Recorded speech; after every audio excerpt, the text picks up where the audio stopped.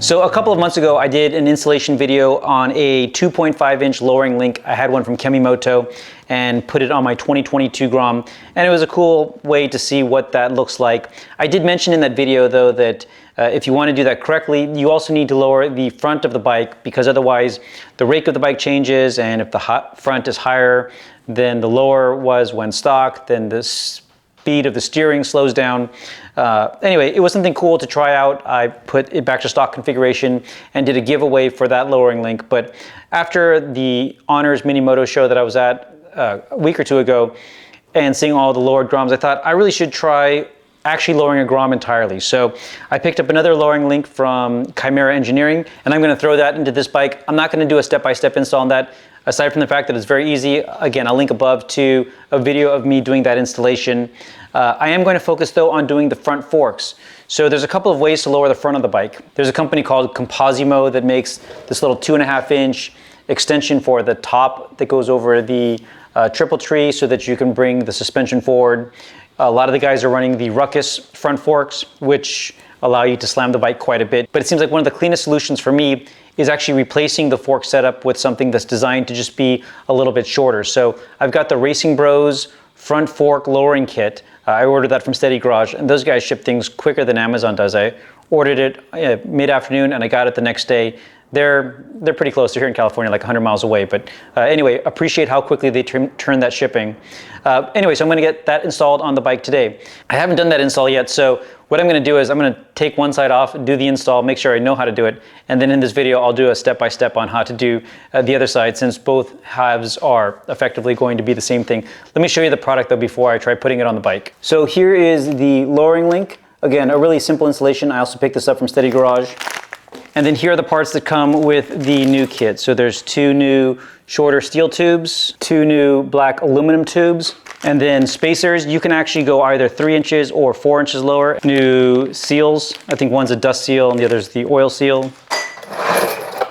And new springs. And these are quite a bit shorter than the stock ones. These also come in 2 different spring rates, 6.5 Newton meters and 7.5 Newton meters. I'm running the RacingBros cartridges on this setup, but you can also do this if you're running the stock cartridge. The process should be the same. So let me go ahead and get one side off. Actually, first I'm going to put in the rear lowering link so that we can see the difference just that makes.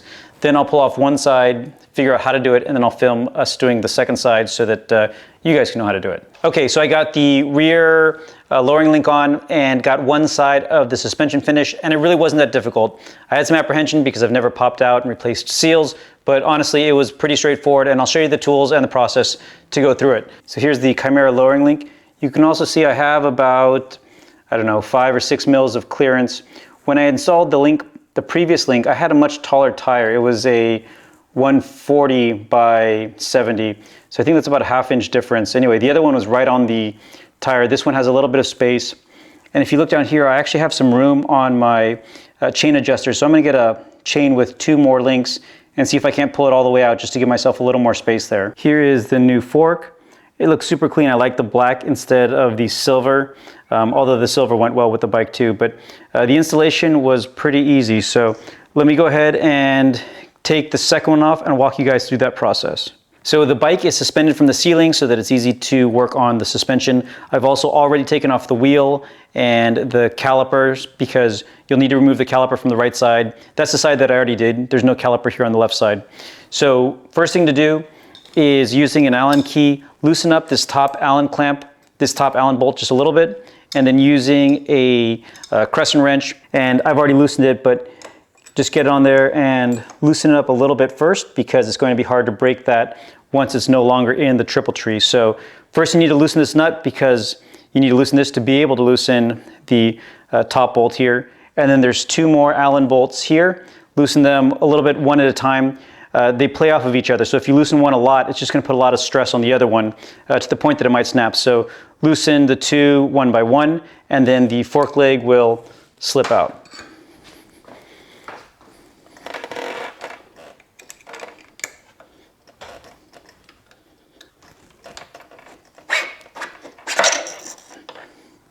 This is where I use a 36mm socket to spin this off the rest of the way. Now you really should use new fork oil, but since I only have a couple hundred miles on this fork oil, and since I don't have any more here, I'm going to be reusing it. Once you unscrew this, just kind of pull it down a little bit, and then you need to drain this fork oil out. So tilt it over into, I've got a nice clean container since I'm reusing it. If you're not reusing it, just use your regular oil can or whatever it is. And you just pump it back and forth to get all of the oil out. This actually takes quite a bit of time, but make sure, and for me, since I'm trying to reuse it, I need to get most of it out. It uses a lot less oil in the shorter fork legs. I'm using 160 milliliters, whereas for the full fork leg, I was using 230 milliliters, so there should be plenty for me. So I have the RacingBros cartridges in here, so the way to remove these are a little bit different than if you have the stock one. The stock one, I think, has a nut here instead of a little retaining clip, but what you need to do now is remove this top part so that we can extend the shock to pull off the bottom part here. So there's a 10mm, I can never find a 10mm wrench. There's a slot here for a 10mm wrench, and then on the RacingBros there's this 14mm bolt top.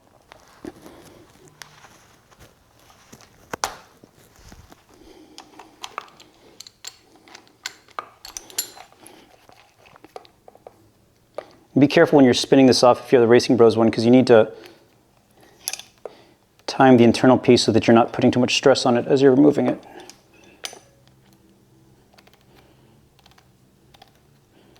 Because it's just a little aluminum rod that will snap if you do. Okay, so that, the bumper, and this is that little aluminum rod for the adjustments. And then there's this little C-clip here. And you just need to use a little tool to work it out of this groove and up and over the top of the threads here. All right, so once you get it started, then you can work it up and then up over these threads and pull it off. And again, if you have the stock kit, I think it's just a nut, so it's a lot easier to remove. I guess my other thought, though, is that if you are pulling this all apart, this is the right time to install the RacingBros kit, just because you have to take apart just as much to do it, so might as well only do it once.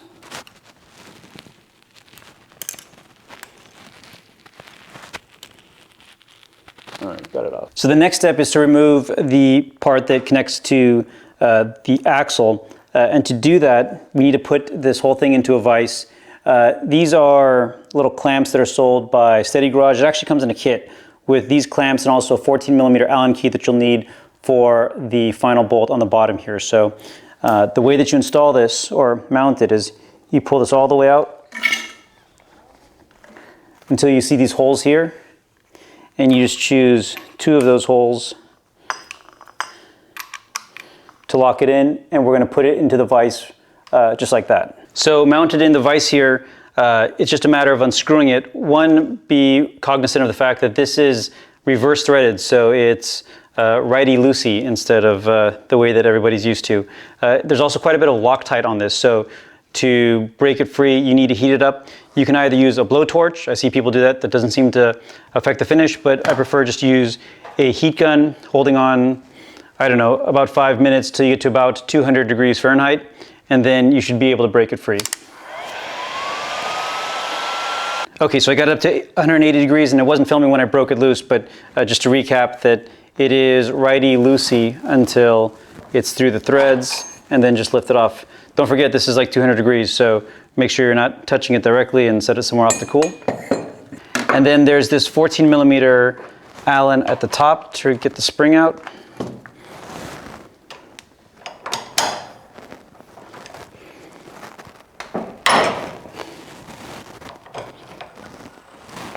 And this is under a little bit of tension, so just be mindful, it'll pop a little bit, but not a lot.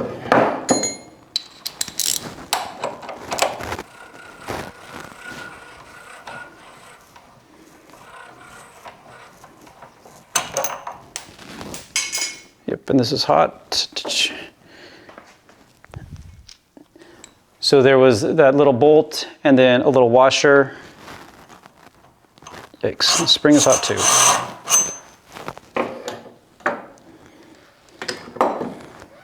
Okay, so now let's take the rest of the shock apart. All right, so back down here on the ground. Let's see, I need to get the... Okay, so this is the RacingBros valving. Be mindful, you gotta leave this little spring on here. And let's see, then I think we just take this apart. So this is the old housing, and we'll need to pull the seals out to get the bushing out. We won't be reusing these seals, but there's a bushing and a washer that we need. I think it's called the guide bushing. And then off of this main tube, we do need to take these two little plastic rings off. They just pop off like that. 1 and 2. And we can put this tube to the side now because we're done with it. I shouldn't be working on the floor anyway, but it's nice to have a towel just because it catches all the grease, and I'll be tossing this towel when we're done with this. Okay, so now to get the bushing out of this thing. So first there's this dust seal, and we're not reusing this, so don't worry about it, but you can just use a screwdriver to pop it out.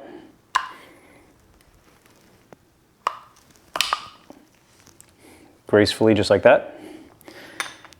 And then if you look inside here, there's this little clip that retains the retains the seal. So pull that out. And then this is where you gotta get creative with tools. There's the seal here, and then behind that is a flat washer and then the guide bearing. What I ended up doing was punching it out the other direction by, I always use sockets for everything. Let's see, I found that this 1-inch socket fit perfectly down the shaft this way to press it out, and I just got creative with a whole bunch of socket extensions to make something stupid like this.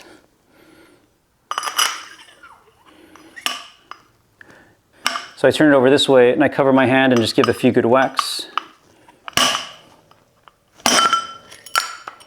And it all comes out. That was super easy. Here's the washer, the seal that we're not reusing, and this was that guide bearing I was talking about.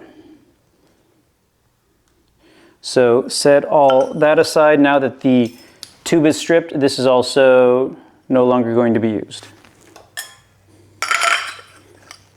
All right, and we're also really in the home stretch at this point. So we need to get the new washer in, the new seal in, I mean. And so we get the guide bearing. This is already pretty well covered in oil. It goes in first.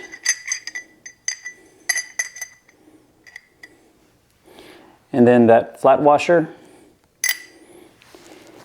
And so in the service manual, it shows a special tool that honestly looks a lot like this 30mm socket. So I'm just going to tap this in with a rubber mallet.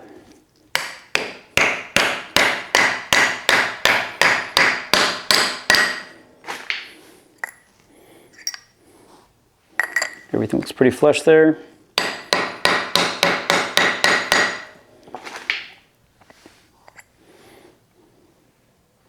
And then the new seal. There's a little bit of the fork oil on this.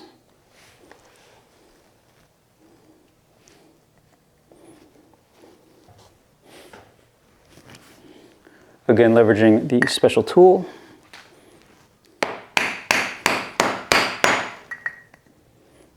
Actually,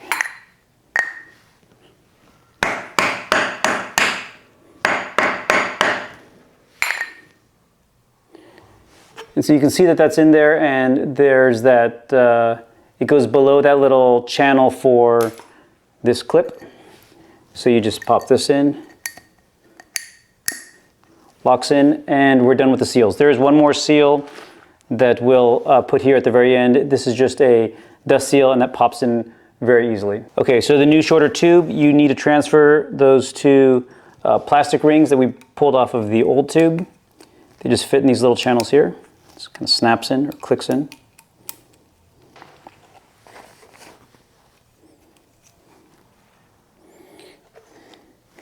And this was recommended on the City Garage site. Since these threads are kind of sharp, you don't want them cutting up your gaskets as you're moving it through. So I have just electrical tape that I wrap around it. It makes it a little more difficult to get through the channel, but if it's going to help protect the seals, it sounds good to me.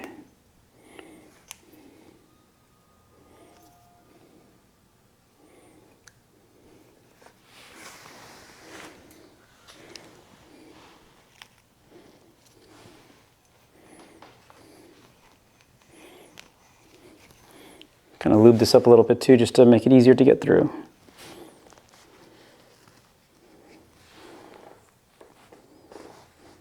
All right, so this is at the bottom.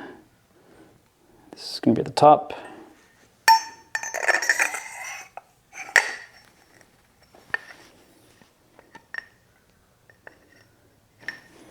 Make sure you lube up that seal on the inside too.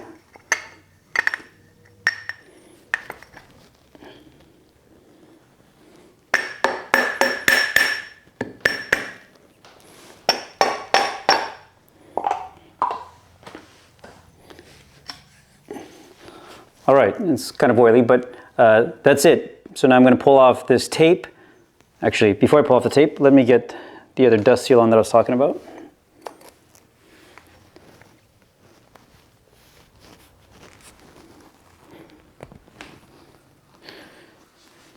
Okay, now I can take off the tape.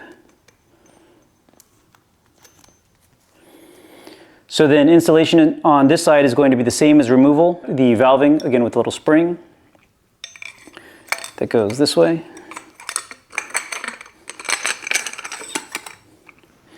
And then we get the spring. So there's two options, and I'll link to the directions, but you can put this little spacer in two different places. I'm opting to only have a 3-inch drop, so that I have 4 inches of travel. So I put it on this side and then the washer on the cap. If you want to do it the other way, if you want a 4-inch drop and only 3 inches of travel, you instead put it,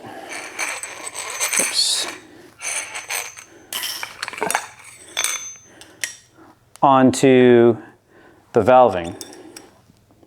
But again, I'm opting for only a 3-inch drop, which I think will match better with the 2-inch drop that I've got in the back.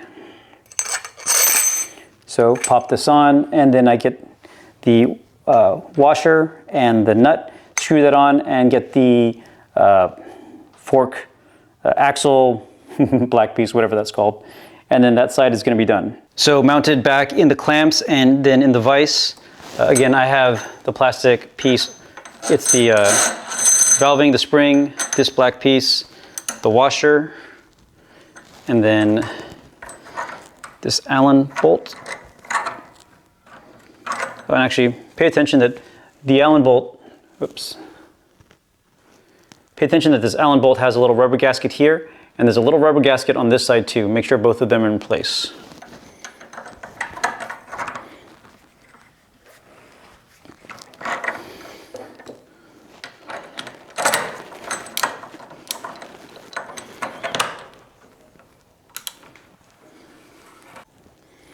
And I'm going to torque it down to 30 foot-pounds.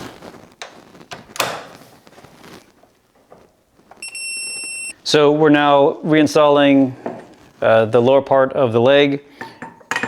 You need to put blue Loctite on the threads. I don't want to overdo it because I know I'm going to get back into this eventually. This is also a good time to clean out the threads on the inside as well.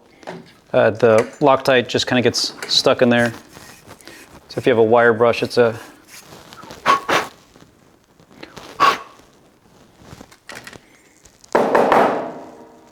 pretty good. And then lefty tighty.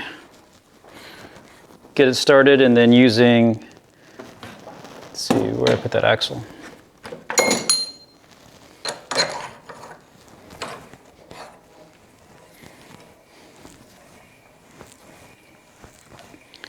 I think the torque for this was like 40 foot-pounds or something, but I have no real way to measure that, so I'm just making it nice and tight.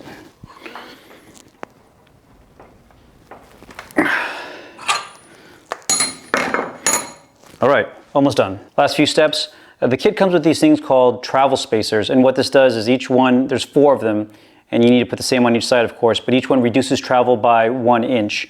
I measured from I put the tire back on the single side that I have there, and I measured that I have just over 3 inches of space between the top of the fender and the top of the headlight on the 2022 Grom. So 1 spacer taking away 1 of my 4 inches of travel should get me to 3 inches. It says to put a little bit of grease. I'm just going to use some of that fork oil and get that on here.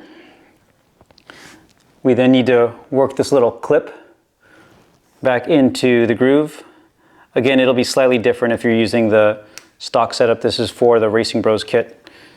But again, I recommend if you're taking this all apart, do the RacingBros kit at the same time. And I have a separate video on how to do the RacingBros kit installation. All right, get the clip in the groove. Washer, 3 bump stops. Oops. Oops.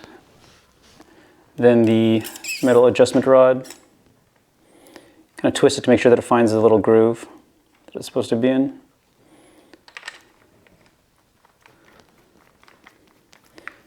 Again, be careful as you're tightening that, because as it picks up that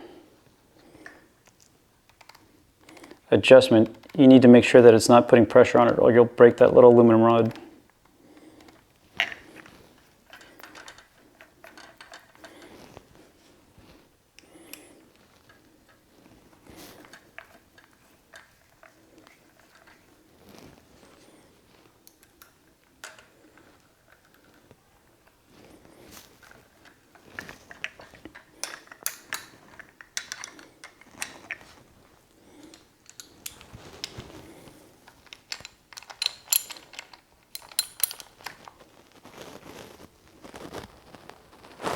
Okay. All right, and last step is adding the oil. So I measured out exactly 160 milliliters of oil. Again, and I'm using a 20 weight oil. I have another video. I started off with a 5 weight, and that just had the springs bouncing around way too much. Going down to 20 helped out quite a bit. Honestly, if I were to do it again, if I went to the store to buy more fluid, I probably would have tried 30 even. But if you're doing this, I'd recommend doing at least 20. I think this is made by Bel-Ray. But anyway, again, measured out exactly 160 milliliters for this. And the way to do that is take your time, because you don't want to spill any, because you measured out exactly 160 milliliters. I've got this just little cup that I put a little bit, work it through the valving.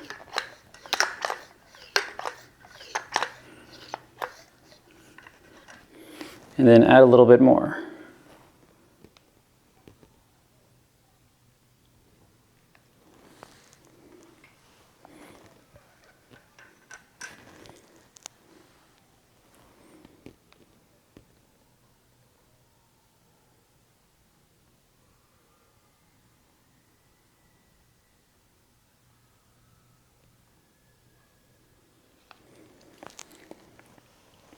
And when it gets to the top, if it's not moving through the valving correctly or completely,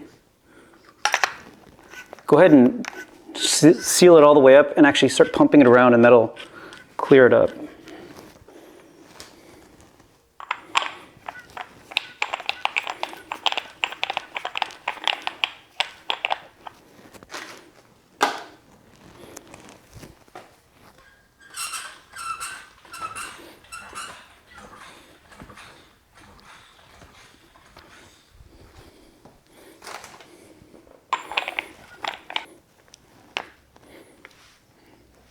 I don't know if you can see, but it was at the very top. After you move it around like that, it seems to have plenty of room for the rest.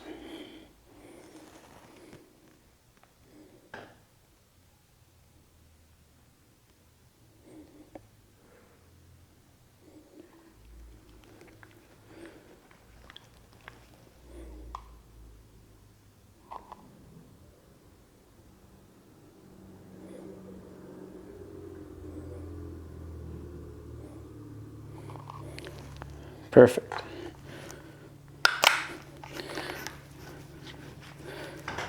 Okay, that's it. We just need to get these back on the bike and this is done. These bolts torque down to 20 foot-pounds. Before you torque this one though, tighten up that top cap.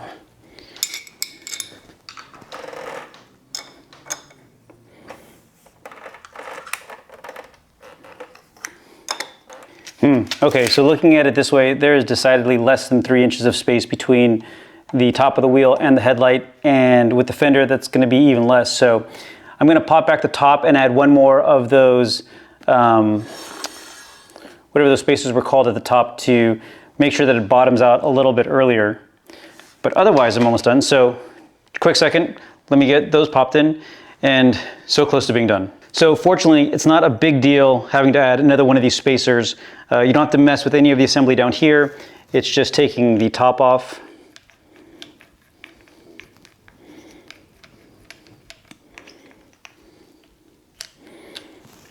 Dropping another one of those spacers in. It's kind of awkward doing it with one hand. Then washer back, bumpers back, cap back on, screw it all down the same way we did and put it back on the bike. Okay, all swapped out. So let's finally see what the stance looks like. I haven't mounted the brake calipers or tightened any of the bolts, but let's get it on its own weight. The kickstand kind of works. I don't know, maybe if you turn in the handlebars, it's kind of sturdy. I don't leave it out too often anyway, but I may need a shorter kickstand. I'm guessing that the suspension will settle a little bit, but for pictures, it's perfect. So I think that looks pretty cool. Let me get the rest of it together and I'll get the bike outside.